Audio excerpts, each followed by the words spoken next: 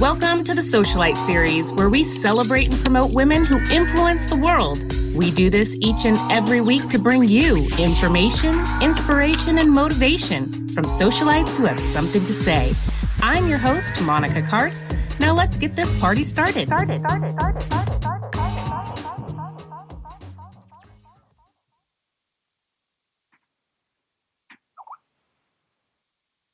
Hello, party people. It's that time where we get to celebrate amazing women on a Tuesday.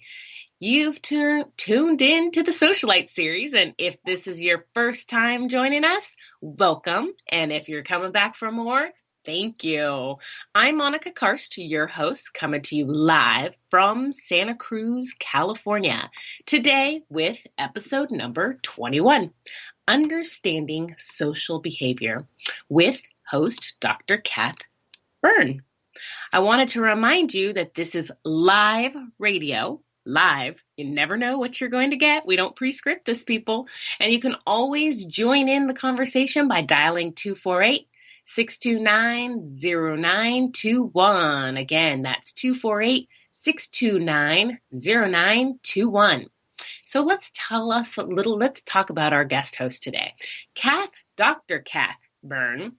She is committed to you, herself, and all of us for living in a more harmonious and loving world, internally and externally. Cath has a PhD in social psychology, a master's degree in international peace studies, and a bachelor and associate's degree in psychology. She is a teacher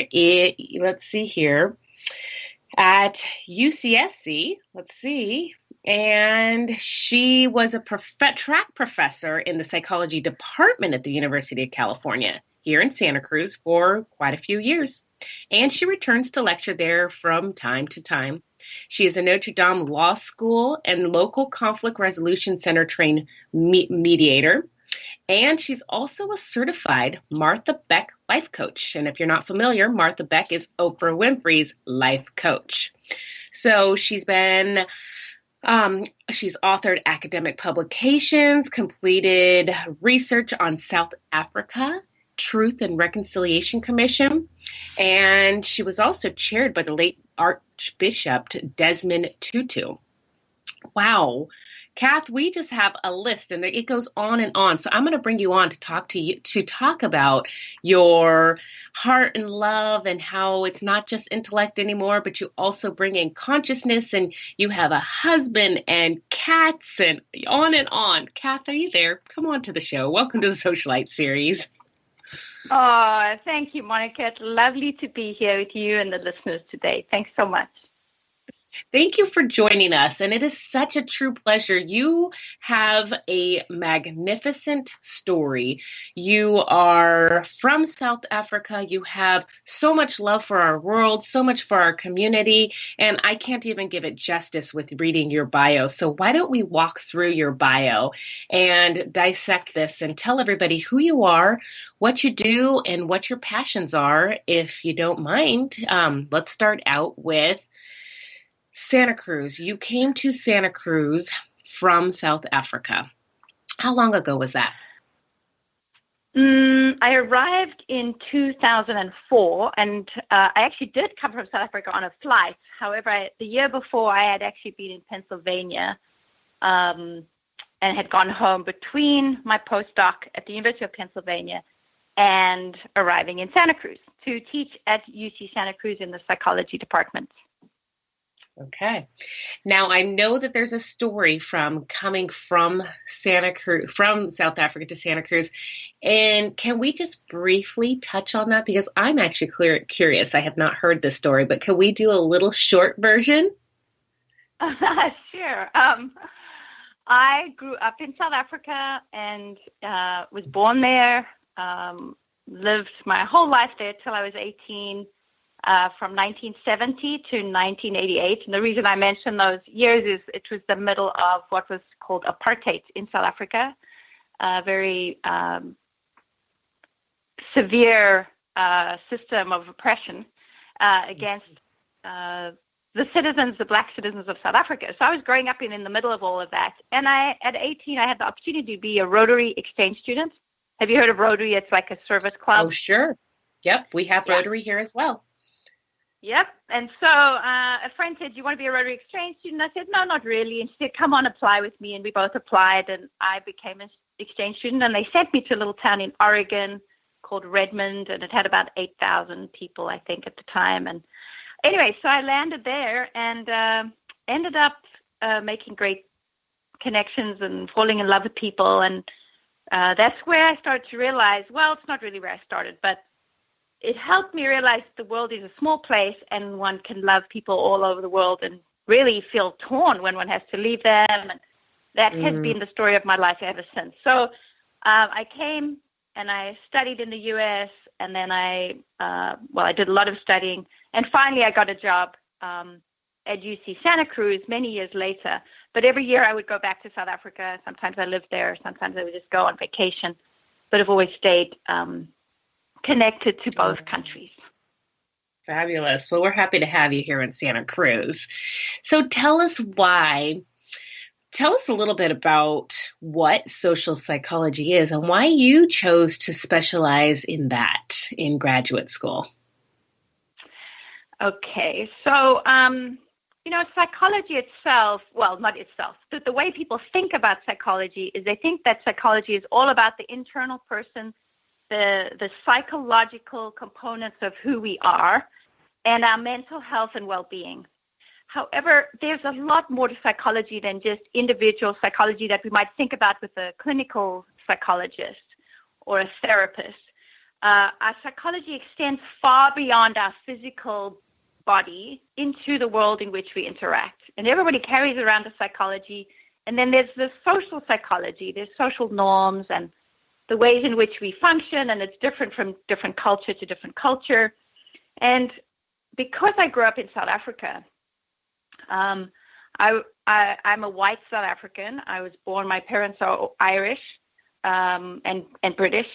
And at the time I was growing up, I was in South Africa. There was a system of segregation and racism.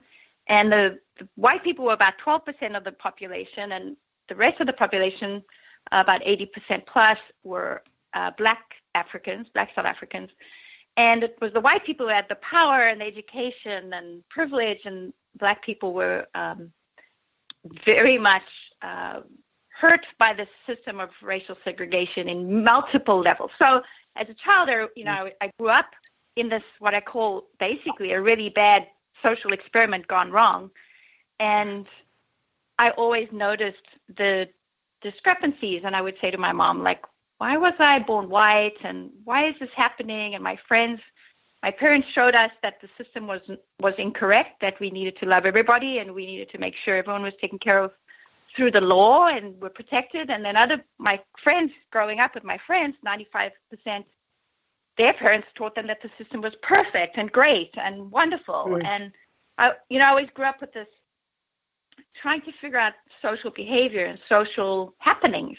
And why do we choose these attitudes, and why do we stereotype? And so it makes sense that I would come from South Africa and study peace, because I wanted, there was separation in our own family. Some people were more anti-apartheid and some people were pro-apartheid, and it really affected personal relationships with my siblings even.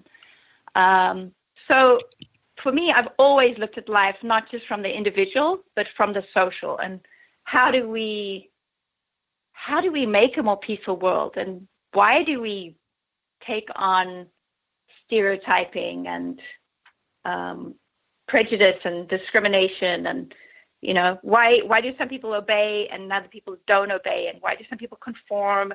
So I just became very interested in psychology.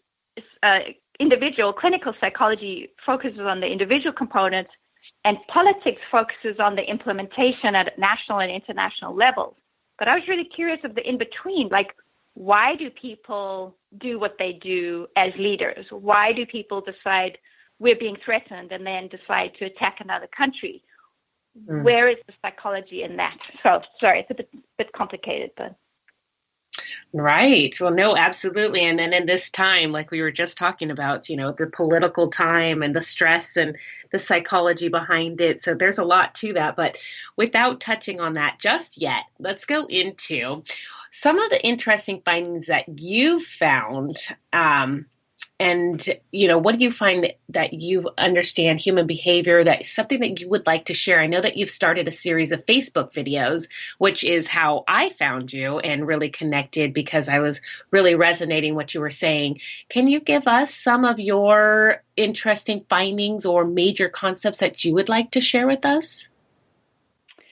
Sure. I mean, I don't think we can get into it too deeply, but I'll tell you a few things about social psychology that people are always surprised about. I mean, it's really this understanding of social behavior. And the first study that was ever done was one by Triplett, was in the late 1800s. And what he did was he just studied a person riding a bicycle from point A to point B and timed them. And then he brought an audience and had some people stand on the side of the road, and he timed them again. And the person's performance increased due to the audience. So that's just a very simple way of noticing that we are constantly impacted by other people around us. So some of the videos I did recently were, one was on what's called an attribution. An attribution is how we decide what causes other people's behavior. So for instance, if you see someone stumble on the sidewalk, generally, it's pretty quick for us to decide that person stumbled because there's something internally at fault about them, like they're clumsy. Oh, that person's clumsy. But if we stumble, we go, oh, it was the sidewalk, or there was a hole, or my shoe slipped. There's a way in which we decide that other people's behavior is based on their internal, or their failures are based on their internal characteristics, but our failures are based on external characteristics. And Interesting. That seems simple, but it has ramifications, Absolutely. I love that way you make it so simple. I'm just thinking about that. That's funny. What about being a people person and intuitive? And when you're talking about, this is something that when you're around a crowd that's excited and, you go to a live football game and everyone is excited, you get excited. You can't help but to feel the infectious the personalities and the people around you and the excitement. But then it goes the same if you go to a funeral or if you're in a room full of depressed, boring people, you instantly turn into that. So, performance has a lot to do with the people you are around and the environment as well. Exactly. And actually, in terms of performance, what they found in that study that the person originally did in the field, that if we are very well practiced at something, if we have an audience, it will increase our performance. But if we are not well practiced at it, having an audience will actually decrease it, because there'll be so much anxiety about our skill level and our capacity. So it's very interesting how the external and the cognitive play into, what happens for us. Interesting. So what attracted you to this? What do you find so interesting in these matters and topics? What led you in your life to notice and understand? Well, again, it was fundamentally South Africa and noticing the something we do.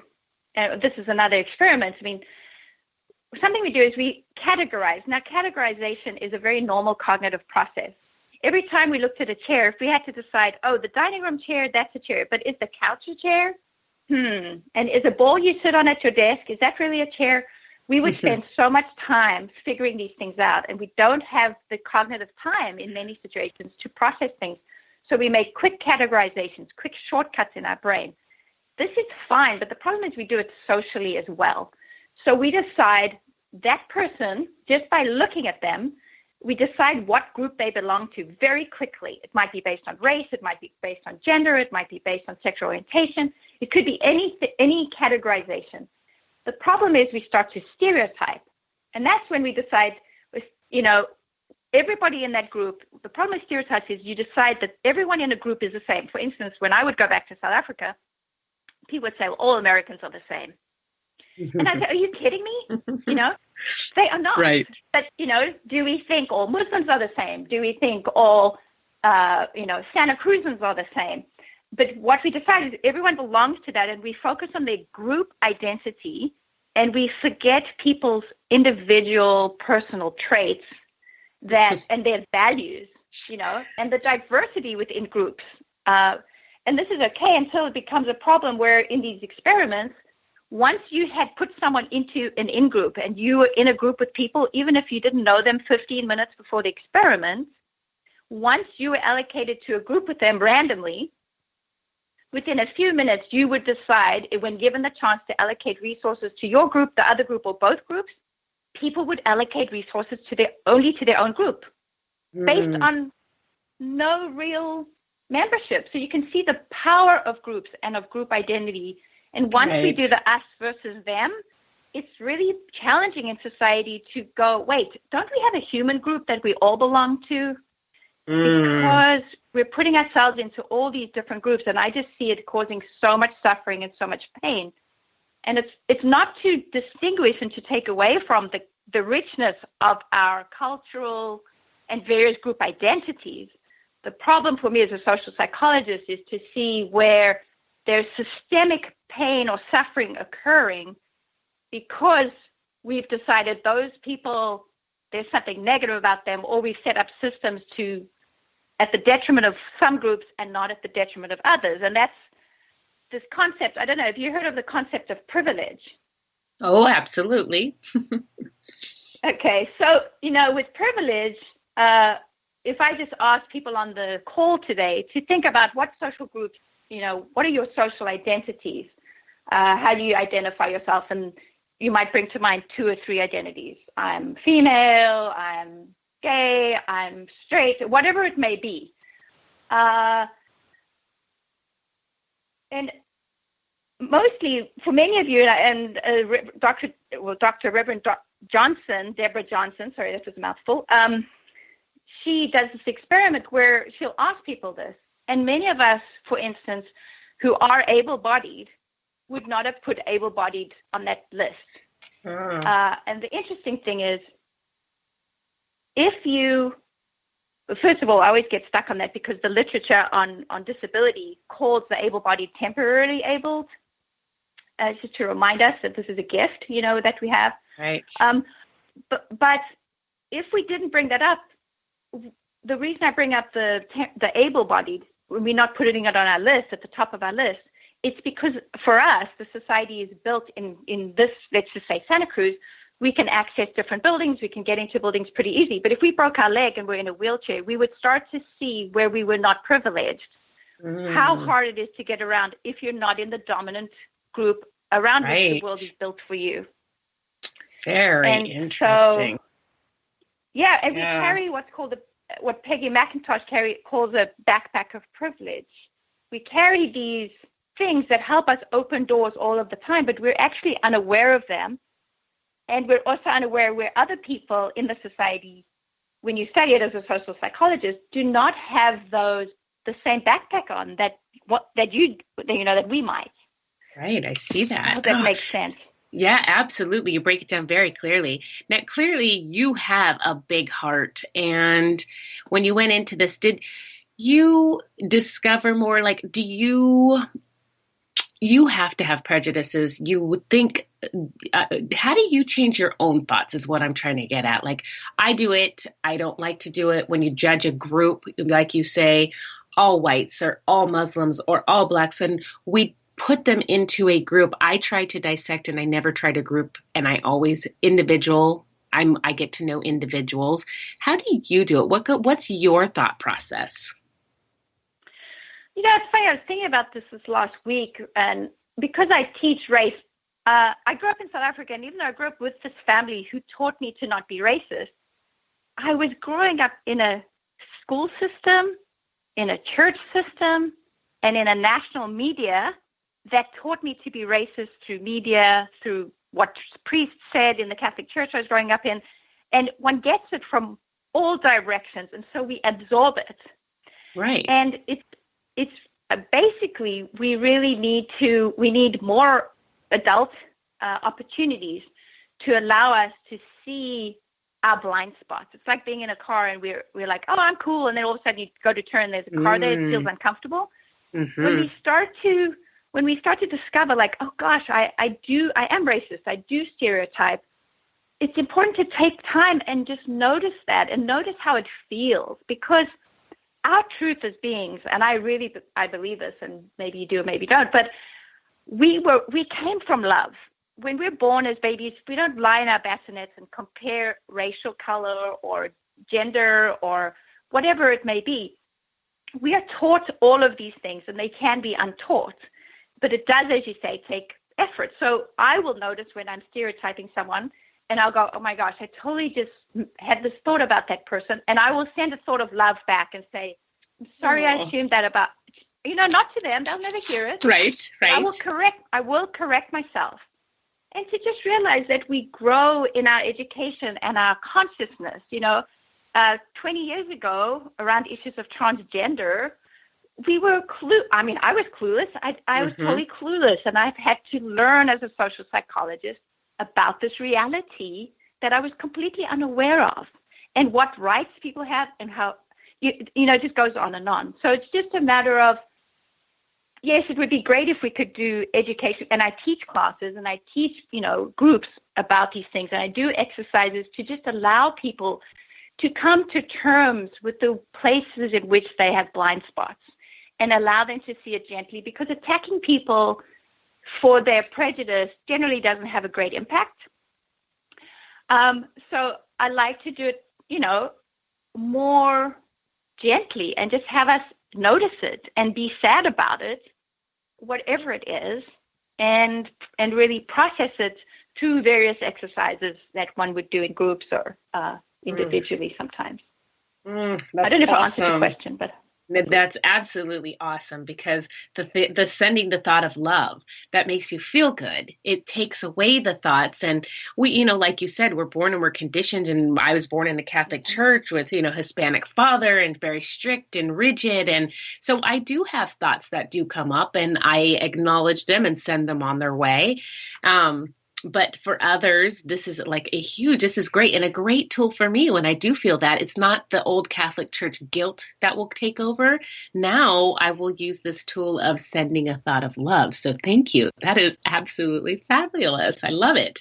And the blind spots. Another thing I want to say is, when people make comments that hurt other people, whether it's based on, I don't know, sexual orientation, nationalism, religion, if when someone makes a comment like that, it makes your stomach and gut go, ooh, and often we go silent in situations like that, and we kind of just let it lay low. One of the things we learn in social psychology is how important it is to speak up in situations like that, because language, number one, changes our culture, but connection and recognition of those issues changes the culture. So someone tells a racist joke or a sexist joke, and we don't actually want to laugh at it. It actually hurts us. You don't have to attack the person and say, you're this. You can just say, that really hurt me. Or that makes me feel so sad you said that, because people are then brought to a human level of like, oh, really? Right. Right. And some people will deal with it differently, but it's important that we use our power. And even, if we talk about bystanders in a situation where help is needed, for instance, if you come across, I said this in one of my videos, if you come across an accident, it's important that you don't assume that someone else has called 911, because we have what's called diffusion of responsibility. We assume someone else is going to take care of the situation. And sometimes no one has, because they all are standing around thinking someone else has done it. So it's the same. What I'm trying to say is allying in a situation, being a second person. If someone says, I don't agree with that in a big group, and you also don't agree with it, but you stay silent, it is so powerful if you can be the second person to say, I don't agree with it either, because two energetically is so powerful, and it backs up the first person, and they feel like they have an ally, and then you're changing the social culture. I love it. Slowly but surely through these micro gifts. There's micro aggressions, and there are also micro gifts. Yes. And it's pointing out their blind spots. And I would like people to point out my blind spots. That's why, I can't see them. And it takes an opportunity, or it's an opportunity. I see it as an opportunity for me to discover and to learn more and actually to have a thought process about it. I like that. So Yeah. why, after studying psychology, the masters, the double BAs, what led you into going into life coaching? It goes hand in hand, but it's a different realm. We only have a few minutes left, but I'd love to talk on that. Let's go into that. Well, I remember sitting on the table in one of my peace psychology. I teach peace and conflict. I teach intergroup relations. I teach the psychology of oppression and liberation. And I was sitting on the desk in my peace psychology class, and I was newly married with 3 stepchildren, and life was incredibly challenging. And I was having a very painful time in my own life. And here I was teaching peace psychology. And I just remember thinking, isn't this interesting? You're teaching about how to make peace in the external world, and you are sad, depressed, terribly anxious. And it really dawned on me that, peace, people have said it, Gandhi, different people, peace within leads to peace without, and, vice versa. And I hadn't taken it seriously. And so, of course, I've had my years of psychotherapy, of dealing with grief from my parents' deaths when I was younger. But I just started to realize, I really need to focus on really finding peace in myself. And I had, like I said, I'd done multiple modalities and trained in counseling. And I'm not a licensed therapist, but I'd done some counseling courses. And I came across Martha Beck, and she's a, PhD from Harvard, and fabulous woman. And she has this amazing approach to life and finding freedom and peace. And I just was like, okay, I want to be able to do this for myself and find peace and be able to really experience it for myself and then share that with others, because I felt I was missing the individual peace in my own life and being able to share that as well as macro issues, if that makes sense. Absolutely. And I find that such a connection to other calls and other socialite series that we do with the women, that it's interesting that you go into something that you needed yourself. So you're finding the tools for yourself, and in turn, that's your passion and in your internal fire that helps you help others to help the world. It's just such a look at that. And yet another story. Yeah. So here you are, the social psychologist with the PhD, all of this education and history background, and you still were finding the tools to help yourself in your own life so that in turn you can help us. So thank you. I appreciate that honesty. I love it. Yeah, it's true. We think we should know about it by now. And, I have clients who are in their 70s, and they're like, oh, I wish I'd learned this sooner. And it's okay, Yeah. It is okay. We are all on a journey, and it's at the right time. At the right timing, it will come to us. So exactly. I'm with you on that. How can they find you? Where are you at? How are you open for appointments? Let's go into that. Where are you, and how can we find you? Okay. So I'm actually redesigning my website currently. However, I have a page up there with my contact information. You can contact me if you want to hear about trainings or courses in social and peace psychology, how to work with your own prejudice or within a group. You can also contact me if you're interested in individual coaching sessions, life coaching sessions, and it's at Cath Byrne, CathByrne.com. Sorry, I forgot the first part, which is Cath at cathbyrne.com is the email, Cath at cathbyrne.com, or the website is cathbyrne.com. So you can contact me through there. The listing of my courses isn't currently up, or any of my social psychology, but there is a link about the life coaching at the moment. Great, so that they can reach you there. You will also put, once you get your website up, you'll probably have your videos and all that good stuff on there as well coming up. Yes, blogs and videos, yep. All right. So everyone stay tuned. So it's cathburns.com, CathByrne, BYRNES.com. Thank No you. S. Oh, no S. BYRNE.com. And we will also put this on the Santa Cruz Socialites Facebook page. So if you're looking for it, you could click directly to Cath, Dr. Cath Byrne.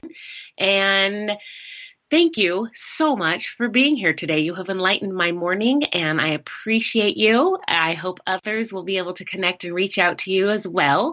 So thank you to our guest host today, Dr. Cath Byrne, to our producer, Nesha, and thank you for listening. Don't be shy. Please make sure to share, like, and comment on all of our social media platforms. And that's a wrap for today. This is Monica Karst reminding you every day is a day to celebrate. Cheers. Thank you for tuning in to the Socialite series. To find out more, visit us at santacruzsocialites.com and monicakarst.com. Until next week, be seen and be heard, and get out and shine your social light on your community.